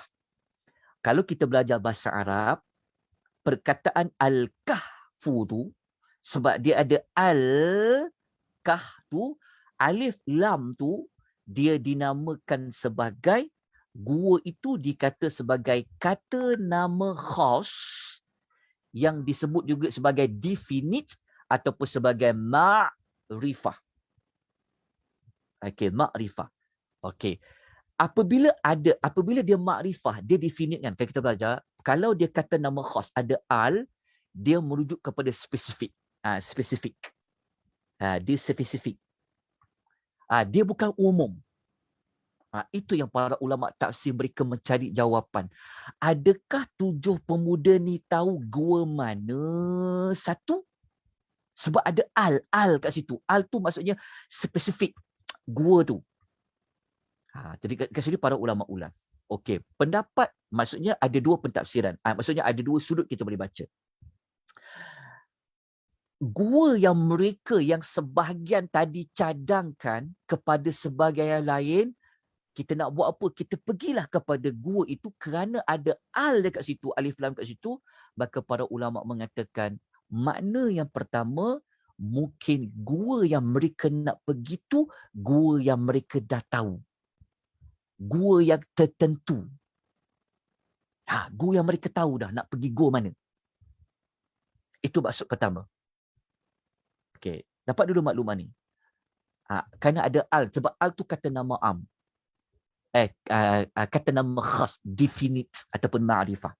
Gua tertentu tu maksudnya apa? Gua tertentu tu. Gua tertentu tu maknanya mereka ini pernah pergi ke gua itu. Ataupun maknanya mereka tahu gua, maknanya mereka tahu tentang gua yang spesifik. Itu makna yang pertama. Sebab ada al tadi. Okey, para ulama lain pula mengatakan mereka tak pernah pergi gua tu. Tapi mereka tahulah nak pergi gua tu. Mereka tahulah nak bawa diri ke mana, pergi ke gua. Tapi gua mereka nak pergi tu gua yang mereka pernah masuk ke? Pendapat kedua kata gua tu mereka tahu nak pergi gua mana, tapi membawa maksud gua kat sini kenapa ada al? nak menunjukkan bahawa al spesifik ni maksudnya mereka memang tak nak pergi tempat lain, memang nak pergi kat gua juga. Itu maksud kedua. Maksudnya gua yang memenuhi hajat mereka. Kita faham tak maksud dia? Kenapa ada al dekat situ? Kenapa dia gunakan kata nama khas, spesifik tempat tu? Makna pertama mengatakan, tafsiran pertama mengatakan, mereka ini memang dah tahu dari sudut gua yang pernah mereka datang. Ataupun gua tu mereka tahu spesifik dia. Itu maksud dia. Yang pertama. Makna kedua kata, kenapa Allah kata Al-Kahfi? Maksudnya, mereka memang tak akan pergi tempat lain. Mereka akan cari gua juga. Maksudnya, mereka bukan nak duduk dalam hutan. Mereka bukan nak duduk dalam satu bangunan. Mereka bukan nak pergi pada satu negeri lain. Tak. Tapi mereka nak pergi memang, kalau mereka cari, mereka pergi ke mana pun, mereka akan cari bentuk gua. Dekat itu makna pada al tadi. Okey, jelas kat situ. Okey, jelas faham tahu kan solusi dia. Okey, cuma gua tu kat mana Ustaz? Jelas kan? Faham tak maksud dia? Kita tahu solusi dia adalah pergi kepada gua. Okey. Gua, okey. Dia begini. Kenapa mereka nak pergi gua juga? Kenapa mereka nak pergi gua juga? Kenapa tak nak pergi kepada duduk dalam satu bandar ke, duduk jauh daripada orang ke? Kenapa memilih gua juga? Kenapa pilih gua juga? Okey. Yang pertama, okey, tuan tengok di sini. Okey. Sebenarnya dia ada persamaan macam Nabi SAW. Nabi SAW, waktu Nabi sebelum dapat wahyu, dari sudut penurunan surah Al-Alaq. Maksudnya sebelum Nabi dapat wahyu Quran, Nabi pergi kat mana? Nabi pergi kat Gua Hira kan? Nabi pergi dekat gua. Kalau kita tengok gambar kuning ni, yang kuning ni, ini adalah tempat daripada rumah Nabi, panjat nak pergi ke Gua Hira yang tanda warna merah ni. Ini adalah Gua Hira. Gua Hira yang Nabi duduk berkhalwat dekat sini. Kenapa Nabi pilih gua? Ada persamaan tak? Kenapa lelaki-lelaki itu pergi mencari gua? Betul kata perkataan Al tadi tu. Kenapa nak duduk dalam gua tu juga? Makna yang pertama, sebenarnya gua ni, memang kalau orang dulu-dulu, kalau cara dia nak i'tikaf. I'tikaf tu maksudnya kalau kita nak duduk seorang-seorang, nak asingkan diri, kita boleh duduk kat masjid. Betul tak? Kalau kat rumah ni serabut lah. Anak-anak ada, keluarga ada, macam-macam dia kena buat kan. Nak kena pergi kedai lah, macam-macam. Contoh, cara nak mengasingkan diri ni, pergi pada tempat tertentu. Jadi kalau orang dulu, mereka mencari gua. Macam Nabi Muhammad SAW, cara dia nak berkhalwat, dia nak asingkan diri dia kan. Dia naik panjat jalan tu yang warna kuning tu. Nabi naik sampailah ke Gua Hira itu. Okay, ini adalah jawapan pertama kenapa mereka buat solusi nak beruzlah tu cari gua. Itu pendapat pertama. Dapatkan dulu maklumat tu. Okey. Jadi maklumat tentang Nabi naik ke Gua Hira ni kenapa? Kerana kalau kita baca hadis, okey, maklumat ni sebenarnya saya telah terangkan.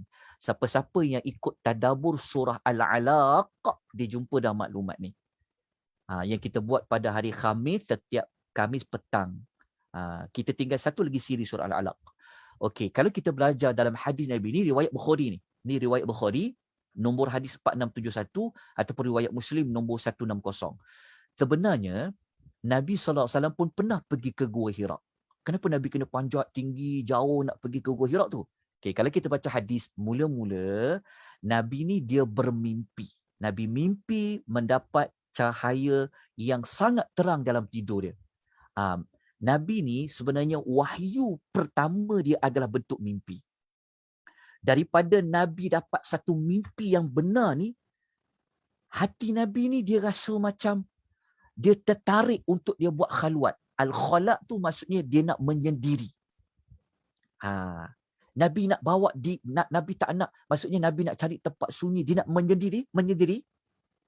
Daripada Nabi dapat cahaya tu datang dekat Nabi ketika tidur, maka Nabi rasa diri dia, Nabi nak kena duduk seorang-seorang lah, kena menyendiri. Maka tempat mana yang Nabi nak pergi? Maka Nabi memilih nak panjat Gua Hira tu. Yang kita tunjuk gambar tadi tu lah. Nabi panjat. Nabi panjat dekat sini. Kenapa Nabi panjat Gua Hira? Kenapa cari gua? Sebab tu saya kata tadi, kalau kita baca ulasan para ulama hadis, kerana gua-gua ni memang tempat orang dulu cara dia nak menyendiri. Dia nak berkhalwat dengan Allah, dia menyendiri. Sebab gua kan tak ada orang. Sesunyi, tenang. Okay. Nabi pergi. Okay. Waktu Nabi pergi ke Gua Hira tu, Nabi sebenarnya dia bawa bekal. Bukan duduk panjat dekat gua tu 2-3 hari dia macam, Allah turunkan bekal. Tak, Nabi bawa bekal sebenarnya. Khadijah yang bawa bekalkan untuk Nabi. Yang Khadijah bawa bekal untuk Nabi itulah menjadi antara dalil yang digunakan perempuan kerja dia dekat dapur masak. Wallahu ta'ala alam. Sebab sebenarnya tak ada dalil yang dalam hadis pun yang kata perempuan itu tugas dia masak kat dapur. Tak ada pun. Tak ada. Bawa satu hadis yang kata tugas perempuan dia memasak. Cuma adalah hadis yang kata tentang kalau suami dia nakkan pada diri dia, kalau dekat dapur pun dekat dapur lah. Itu maknanya memang perempuan tu dekat dapur. Tapi tak ada jelas pun kata memasak, nak kena bak dapur tu tak ada jalan je lah. Tapi Khadijah ni sebab dia perempuan kan, maka dia pun bawa bekal untuk Nabi. Nabi pun pergilah ke Gua Hira tu beberapa hari. Untuk apa? Dalam hadis kata yatakhannasu. Nabi beribadat. Duduk kat gua tu. Habis makanan bekal dia turun balik. Lepas tu dia buat apa? Dia naik balik. Bekal tu dah ada, naik balik ke atas tu. Maka dalam beberapa hari itu, barulah datangnya Jibril. Membacakan surah Al-Alaq. Jadi, kita dapat dah jawapan pertama. Kenapa pemuda-pemuda tadi mereka mencadangkan supaya pergi ke gua?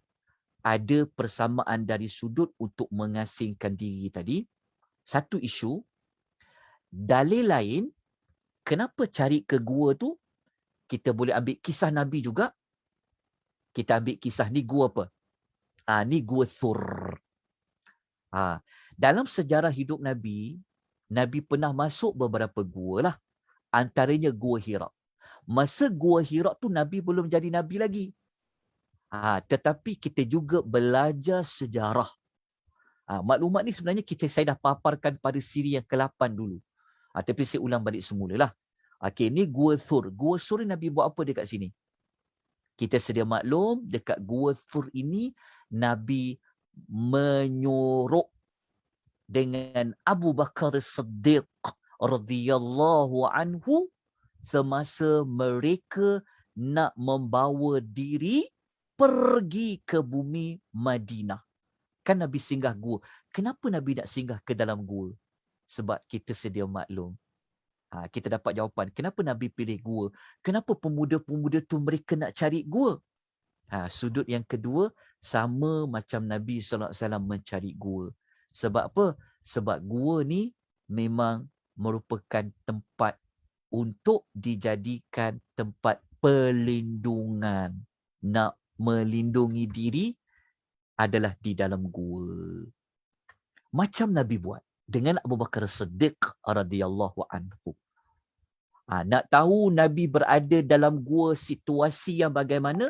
Maklumat ni sebenarnya, kejap saya ada bunyi WhatsApp ni, dia ganggu saya sekejap Okey, kejap. Saya tak suka ada gangguan. Kejap Dekat saya sebenarnya, dekat saya. Kejap, saya patah balik Okey, sekejap. Okey, tuan nampak tak nota saya papa? Nampak Okey, nampak jelas? Okey, di sini kita dah belajar begini. Okey, ayat ni sebenarnya saya telah terangkan pada siri yang ke-8 dulu. Nabi berada dalam gua Sur tu dalam keadaan macam mana. Kita rujuk dalam surah At-Taubah ayat nombor 40. Ni kisah Nabi dengan Abu Bakar Siddiq radhiyallahu anhu, dan ada hadis juga yang telah saya paparkan, yang telah kita ulas pada siri 8 dulu. Hadis riwayat Bukhari. Okey, di sini saya paparkan kisah Nabi SAW ni nak memberikan penjelasan kepada kita semua tentang kenapa pemuda-pemuda tadi sebahagiannya mencadangkan nak pergi cari gua. Yang pertama boleh dikaitkan dengan isu gua ni memang tempat digunakan untuk beribadat bagi orang-orang yang dulu-dulu. Okey, makna yang kedua, gua ini digunakan tempat untuk perlindungan. Dua-dua tu boleh. Jelas tak umpannya? Kenapa cari gua? Sebab tu kita nak kuatkan perkataan Al-Kahfi. Kenapa dispesifikkan gua tu? Dia boleh membawa makna seperti yang kita telah sebutkan, kisah Nabi pernah cari gua Hiraq. Nabi pernah berada di gua Thur dalam perjalanannya nak pergi kepada bumi Madinah. Cuma isunya kita di Malaysia ni, kita belajar Nabi hijrah bulan Muharram. Sebenarnya Nabi berhijrah bukan bulan Muharram. Nabi melarikan diri dengan Abu Bakar dalam gua tadi 3 hari. Lepas tu Nabi sampai kat Madinah sebenarnya Rabiul Awal. Sepatutnya bulan Rabiul Awal ni sebenarnya adalah bulan hijrah, bukan bulan Muharram. Tapi tak apalah. Kan isu tu bukan isu yang besar lah. Tapi kalau kita belajar secara ilmiah agak terkilan jugalah. Sebab kenapa kita duk pegang bulan Muharram, bulan Hijrah daripada dulu lagi dah. Tapi kalau kita buka kitab-kitab sejarah, buka cerita Nabi keluar daripada bumi Mekah, ajak Abu Bakar, lepas tu berada dalam gua Sur, kan? Lepas tu sampai ke bumi Madinatul Munawwarah tu, yang kita duduk dengar nasyid kata Tala'al badru alaina. Misalnya itu sebenarnya Nabi sampai pada bulan Rabiul Awal. Kita buka kitab-kitab sejarah An-Nabawiyah. Okey.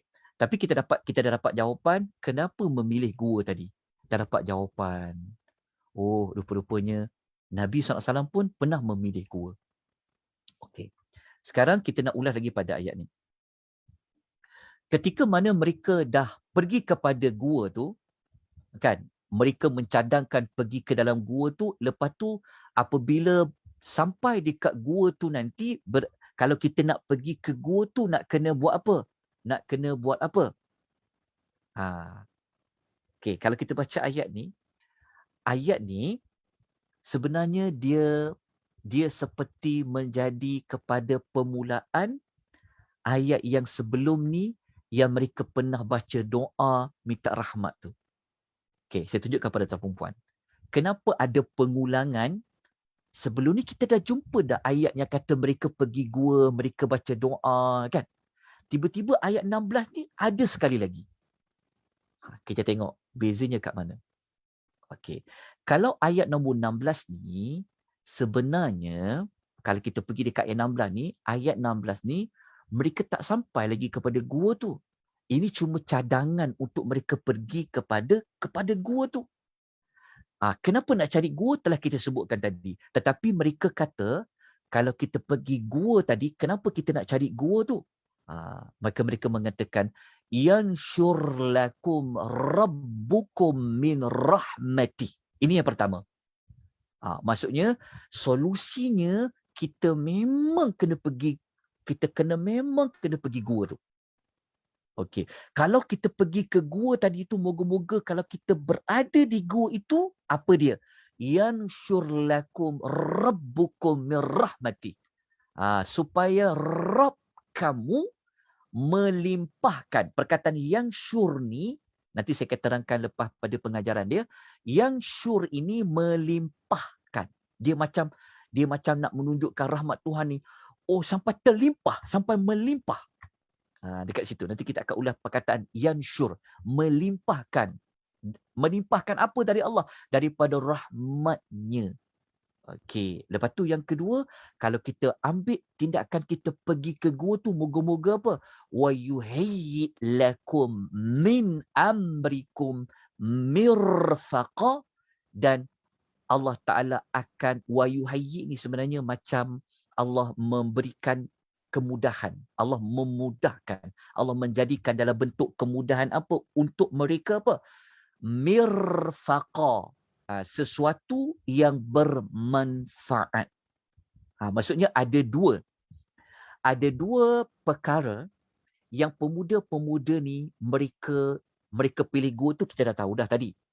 Tapi apabila berada di dalam gua tu, apa harapan mereka? Apa yang mereka nak?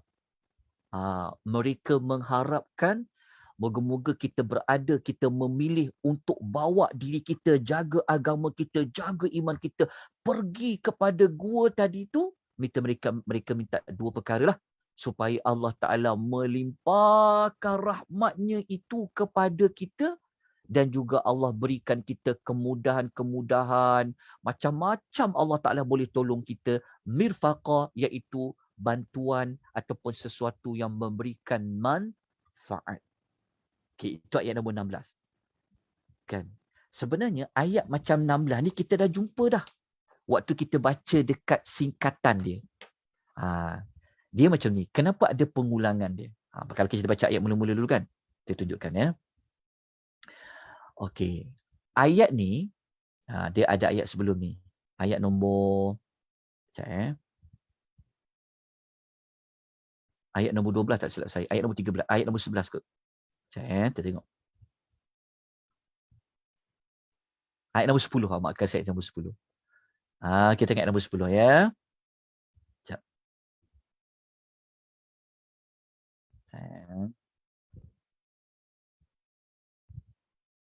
Allahumma salli wa sallam. Okey, nampak tak ayat nombor 10? Ayat nombor 10 ni, dia cerita memang mereka dah sampai kat gua tu. Kalau ayat nombor 16 tadi, mereka berada dalam situasi mereka mencadangkan tindakan kita kena buat apa ni? Kita memang kena pergi dekat gua tu. Sebab tu kalau kita tengok ayat 10 dengan ayat nombor 16 ni macam sama je cerita. Pergi gua, doa benda yang sama. Betul tak? Rabbana atina, benda sama. Ayat 10 ni dua doa. Doa pertama minta Allah bagi rahmat, doa kedua wahayyi lana. Kan ayat 10 ni dia dalam bentuk telah berdoa. Minta dua perkara. Rupa-rupanya ayat 10 ni dia sebenarnya Allah nak menjelaskan ketika mereka sampai dah dekat gua yang mereka cadangkan tadi pada ayat nombor 16 tu. Sebab tadi kan mereka cadangkan kan. Kata jalan dia kita kena pergi dekat gua tu, pergi dekat gua tu, pergi dekat gua tu. Kena cari gua tu. Moga-moga apa? Moga-moga Allah melimpahkan rahmat dia dan Allah Ta'ala akan memudahkan bagi kita kemudahan-kemudahan dalam urusan kita ini. Ayat 10 sebenarnya kita boleh jadikan dia sebenarnya sambungan kepada ayat nombor 16 tu. Tetapi kenapa Allah letak kat awal, itu masuk dalam bab yang lain. Jadi ayat 10 ni sebenarnya menceritakan apabila mereka dah jumpa dah gua tu, mereka buat apa? Idza awal fityatu ilal kahfi faqalu. Lepas tu ayat 10 ni dia berbentuk past tense. Dia berbentuk cerita ketika mereka dah sampai ke gua itu, mereka telah berdoa. Faqalu, mereka telah berdoa. Rabbana atina min ladunka rahmatan wa hayyi' lana min amrina rasyada. Apa yang mereka sebut pada ayat nombor 16 tadi tu, ayat 10 ni mereka buat seperti mana solusi cadangan nak pergi kepada gua tadi, dapat dua faedah tadi. Okay. Kita nampak macam ada ulangan kan? Tapi ada maklumat yang berbeza. Okay, dah selesai. Okay. Kita patah balik kepada ayat nombor 16. Sikit kita umpan. Lepas tu kita akan lanjutkan. Saya tak tahu pukul berapa dah sekarang. Sekejap Oh, kita dah pukul 12. 12 dah. Panjang sikit dah. Minta maaf ya, agak tergendala tadi. Sikit lagi boleh tahu puan ya? Ataupun tuan nak sambung pada minggu depan. Okay. Sekejap dekat sini. Jadi kita dapat ya, maka pergilah kepada gua tadi. Okey. Dua maklumat ni mungkin saya sambung pada minggu depan. Kita ulas tentang kenapa Allah guna perkataan melimpahkan. Kenapa Allah kata yansyur. Kenapa tak kata beri ke? Kenapa Tuhan kata melimpahkan? Macam air terlimpah. Kenapa? Apa kaitan dengan gua? Apa kaitan dengan melimpahkan? Kita ulas pada minggu depan. Lepas tu perkataan mirfaqa tu, dua perkara ni kita ulas pada minggu hadapan insya-Allah. Tapi kita nak bincang dulu pada pagi ini, gua yang mereka cadang mereka nak pergi ni, gua tu kita boleh tahu tak? Gua tu sebenarnya berada di mana lokasinya? Okey. Saya buktikan kepada tuan-tuan dan puan-puan, kita tutup dengan komentar yang diberi oleh Al-Imam Ibn Kathir. Okey ni, tajuk dia, di mana lokasi gua pemuda tu pergi. Sebab sekarang ni orang ramai cari gua tu. Sampai dia mencari, ni lah ayat Quran tu kata kat mana lokasi dia tu kan. Di mana lokasi tu sebenarnya? Okey. Perlu ke nak cari lokasi dia tu? Nak cari gua tu spesifik, kita nak cari mana gua dia tu. Kita baca apa komentar Ibnu Kathir. Kalau saya bagi komen tak setuju cari lokasi tu, mungkin orang tak setuju. Tapi saya lontarkan apa ulasan Ibnu Kathir. Ibnu Kathir kata apa dalam tafsir dia? Saya bawa teks Arab lagi. Tengok Ibnu Kathir kata apa. Ibnu Kathir kata, wallahu a'lamu bi ayyi biladillah huwa. Ibnu Kathir kata apa? Wallahu ta'alam. Ibnu Kathir, Allah lebih mengetahui di mana di negeri mana, di negeri Allah yang mana kedudukan gua tadi. Allah tak bagi tahu. Kata-kata Ibnu Kathir, Allah saja yang tahu gua mana yang mereka pilih nak pergi. Negeri apa? Allah je yang tahu. Ibnu Kathir tak kata dekat Jordan, Ibnu Kathir tak kata dekat Turki, Ibnu Kathir tak kata dekat Syria. Okey, lepas tu Ibnu Kathir kata, dia kata, apa yang patut kita ambil faedah daripada cerita mereka ke gua tadi? Maka dia kata wa qad akhbarallahu ta'ala bidzalika wa arada minna fahmahu wa tadabburuhu. Ibnu Kathir kata, sesungguhnya Allah Ta'ala telah bagi tahu tentang perkara tersebut. Maknanya kata Ibnu Kathir, Allah Ta'ala cerita mereka pilih nak pergi gua tu, kata Ibnu Kathir, sebenarnya Allah Ta'ala mengkehendaki kita supaya faham dan menghayati cerita itu. Ibnu Kathir kata, tujuan utama Allah Ta'ala sebut pasal gua tu, kata Ibnu Kathir, supaya kita ambil manfaat tentang keadaan gua itu, tadabbur, menghayati tentang gua itu. Lepas tu Ibnu Kathir dia kata lagi. Dia kata, wala yukhbirna bimakani hadzal kahfi fi ayyil biladi minal ardi idh la fa'idatul lana fihi wala qasdun syar'iyyun. Ibnu Kathir kata apa? Allah Ta'ala tidak bagi tahu kepada kita lokasi dan kedudukan gua ini, negeri mana dia terletak. Kenapa? Kerana dia tidak memberikan manfaat kepada kita dan tidak ada pula tujuan menurut syariat. Maknanya Ibnu Kathir kata Allah tu tak cerita pada kita gua tu berada pada negeri mana yang spesifik. Sebab apa? Sebenarnya tak ada manfaat pun kalau kita tahu lokasi kedudukan gua itu di mana. Tak berikan manfaat kita. Bukan tujuan utamalah, kata Ibnu Kathir sebenarnya. Bukan tujuan utama cerita pasal gua tu untuk Allah Ta'ala suruh kita cari. Jom cari gua tu. Jom cari gua tu. Bukan tujuan itu sebenarnya Ibnu Kathir ulas. Tuan nak marah kat Ibnu Kathir. Jangan marah saya. Saya cuma baca saja. Sebab siapa orang mencari kata dakwa ni. Sebenarnya Allah Ta'ala nak suruh kita ni. Okay lah. Sebenarnya kalau kita tak jumpa gua tu. Tuan percaya tak gua tu ada? Soalan saya. Tuan percaya tak gua tu ada? Kita percaya gua tu ada. Kenapa? Allah Ta'ala cerita. Gua. Iman siapa lagi hebat? Iman siapa yang lebih hebat? Percaya benda yang tak nampak dengan percaya setelah nampak. Iman siapa yang lebih hebat? Tentulah iman orang yang dia tak nampak benda tu tetapi dia percaya. Berbeza dengan orang, dia akan beriman tentang ayat tu setelah dia nampak. Dia berbeza. Oleh sebab itu, Quran tidak cerita spesifik di mana sebenarnya lokasi gua itu. Ini adalah ulasan Ibnu Katsir. Lepas tu Ibnu Katsir dia buat penutup. Dia kata apa? Dia kata sebenarnya dia kata apa? Dia kata illa wa qad 'allamtukum bihi. Dia kata fa'allamana ta'ala bi sifatihi wa lam yu'allimna bi makanihi. Ibnu Katsir kata apa? Dia kata seandainya di dalam bab tadi tu ada manfaat dalam agama. Maksudnya kalaulah pentinglah nak tahu lokasi sebenar gua tu kat mana, kata Ibnu Katsir, tentu Allah dan Rasulnya akan beritahu kepada kita tentang masalah itu. Ini Ibnu Katsir yang ulas di dalam tafsirnya. Dia kata, walau kana lana fihi maslahatun diniyatun la arsyadana Allah wa rasuluhu ilaihi. Inilah ulasan Ibnu Katsir. Oleh sebab itu sebenar-benarnya kita pun tidak tahu di mana lokasi yang tepat pada gua tersebut. Sebab apa?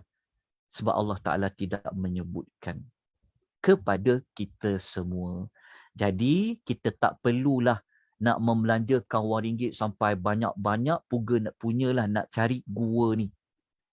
Walaupun kita tak jumpa gua itu sekalipun, tak pernah nampak sekalipun, tetapi kita percaya dan beriman dengan ayat Quran yang Allah mengatakan mereka mencari gua tadi. Lepas tu kita dah kuatkan dengan maklumat kenapa Nabi pergi gua Hira, kenapa Nabi pergi menyurut kat gua Thur. Okey, jelas tuan-tuan dan perempuan. Sampai kan ada orang dia cari sebab apa? Sebab dia tengok ayat ni. Dia punyalah jumpa ayat yang kita akan belajar nanti pada minggu depan, ayat yang dekat dalam ayat nombor 17 tu. Sebab ayat 17 kita akan belajar minggu depan yang matahari ni kalau dia terbit macam mana, kalau dia terbenam macam mana. Ada orang punya, cari gua tu punyalah nak cari ayat 17 ni. Tapi sebenar-benarnya, tak perlu pun sebenarnya.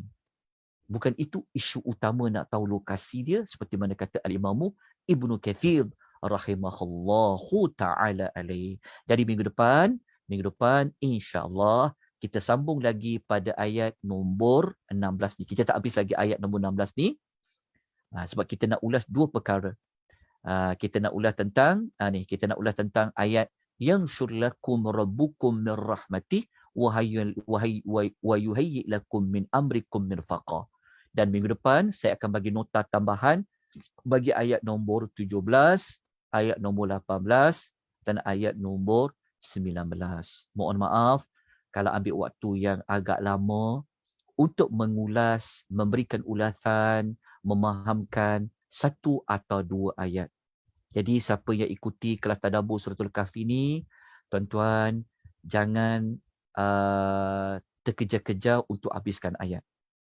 Pendekatan kita nak menghayat, fahamkan ayat ni, lepas tu kita nak memperhalusi ayat ini.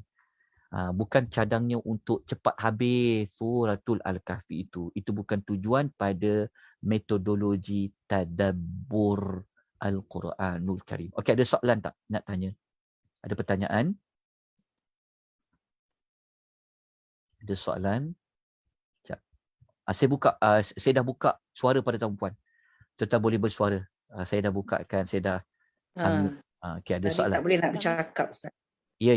Okey, ada soalan. Ustaz, Ya. saya nak tanya satu soalan. Soalannya adalah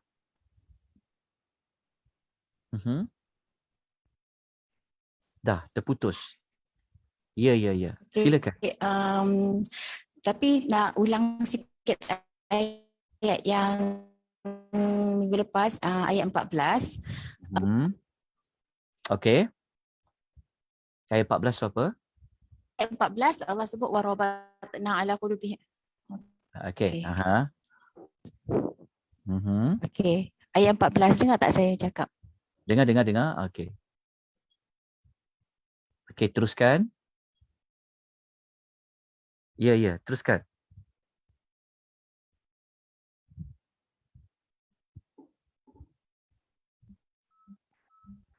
Assalamualaikum.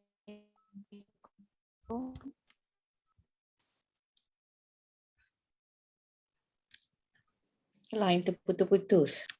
Ya. Assalamualaikum. Okey. Okey, saya nak tanya apa perbezaan perkataan rabatah dengan kalau kita doa, kita disarankan berdoa dengan doa yang Nabi ajar, ya muqallibal qulub tsabbit qulubana. So apa perbezaan antara rabatah dengan tsabbit? Bukan soalan ni pernah tanya ke sebelum ni? Saya tak ingat, saya tak. Dia perkataan wallahu ta'ala alam, setakat ni saya tak jumpa lagi pada, saya tidak jumpa lagi pada perbincangan kehalusan perbezaan rabatah tu dengan sabit. Sebab saya buka dalam Al-Gharib Asfahani pun tak ada dan buku-buku lain pun tak ada. Wallahu ta'ala alam. Sebab kalau kita baca pada ayat 14 dulu, Nabi SAW sendiri pun dia tak sebut rabatah. Nabi menyebut, Nabi dalam doa Nabi SAW, Nabi kata thabit. Jangan baca hadis riwayat Tirmizi kan. Ya muqallibal qulubi thabbit qalbi ala dinik. Nabi minta supaya teguhkan, thabbit. Teguhkan, tetapkan. Tapi Nabi tidak kata rabbit.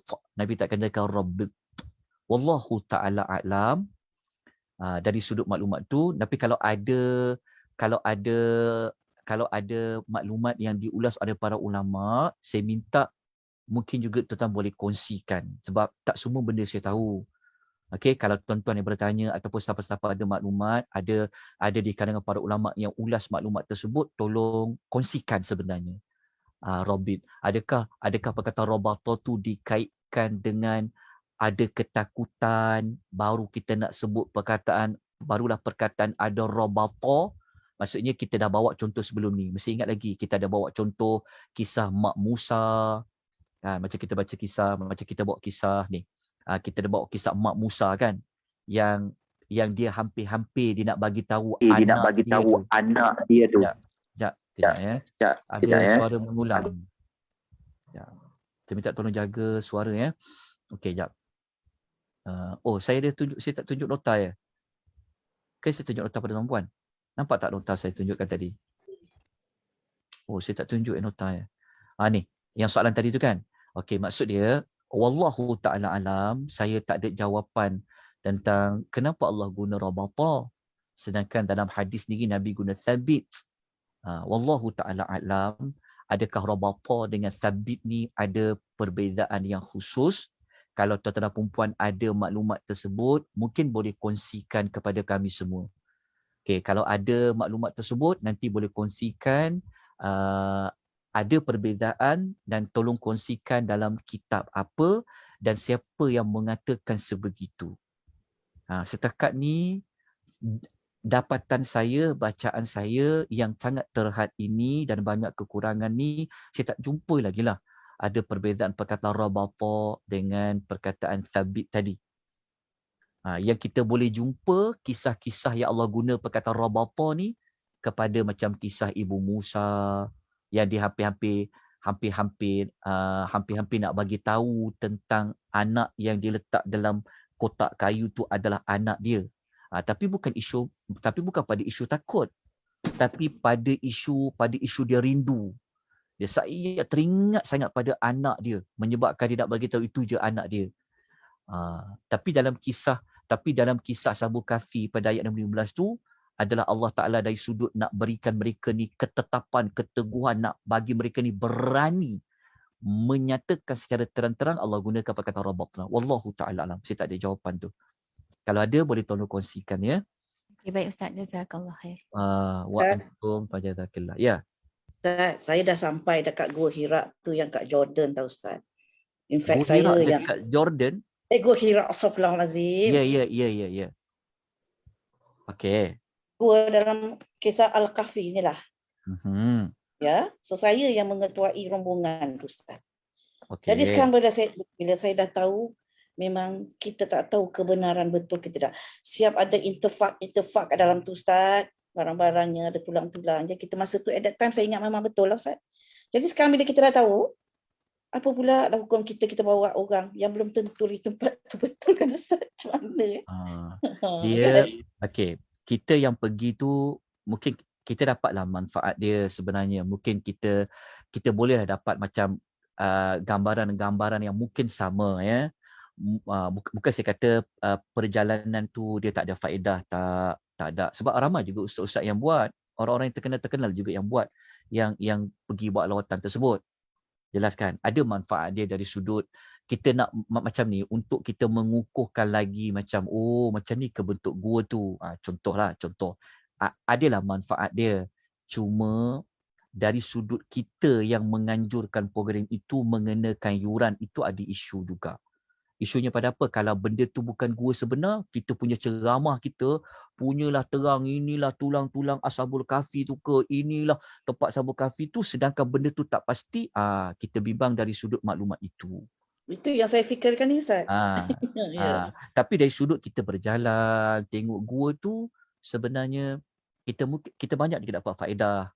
Kita nak tahu gua kan. Tapi yang sebaik-baiknya, maksud dia tak perlulah sampai. Maksudnya untuk kita faham ayat Quran Kahfi ni, tak perlulah sampai kesan dari tadabbur tu pergi mencari lokasi tu. Sebab tu dekat tindakan selepas tadabbur tu kita tak kata kita kena mencari lokasi tersebut buat lawatan. Tak ada. Sebab benda tu tidak ada kepentingan dia apa-apa. Sebab kita tak tahu yang mana satu. Kan? Tak tahu sebab tak dapat dibuktikan. Sebab kan jauh lama tu. Kita tak dapat nak buktikan. Hatta Firaun tu sendiri ada banyak generasi Firaun. Itu pun tak dapat dibuktikan. Wallahu ta'ala a'lam. Terima kasih, Ustaz. Wallahu ta'ala a'lam. Nanti saya jawab juga soalan bertanya dekat chat tu. Okey, wallahu ta'ala a'lam Okey. Okey, ada pertanyaan lain? Okey, kalau tak ada persoalan, pertanyaan. Nota dapat tak? Tuan-tuan boleh dapatkan nota untuk ayat nombor 16 tadi tu. Ada kan? Dapat tak dalam Ada Google? Ustaz, dapat dah print. Ada, Okey. Ustaz. Dah print dah, Alhamdulillah. Minta Dah, maaf Alhamdulillah. Minta maaf saya tak dapat nak bagi dengan terlebih awal sebelum kelas Saya minta maaf. Tak apa Ustaz, sempat insyaAllah. Okey, Alhamdulillah. Okey, nanti minggu depan Dalam kita chat macam ada soalan je, Ustaz. Dalam chat. Sekejap, saya tengok. Ada tak soalan? Macam sama dengan apa saya tanya tadi juga. Ya. Saya minta maaf tentang jawapan tentang lokasi tu saya tak kata apa yang orang kata dekat Jordan tu secara muktamad itu memang tak betul. Saya pun tak kata macam tu juga. Cuma kita tak tahu adakah betul atau tak betul. Anda faham tak ulasan saya? Kita tak tahu sebenarnya. Adakah itu betul atau tak betul? Kita tak tahu. Wallahu ta'ala a'lam. Tetapi adakah kita perlu bersusah payah nak cari? Kalau kita ambil ulasan Ibnu Katsir tadi, dia kata sebenarnya tak perlulah.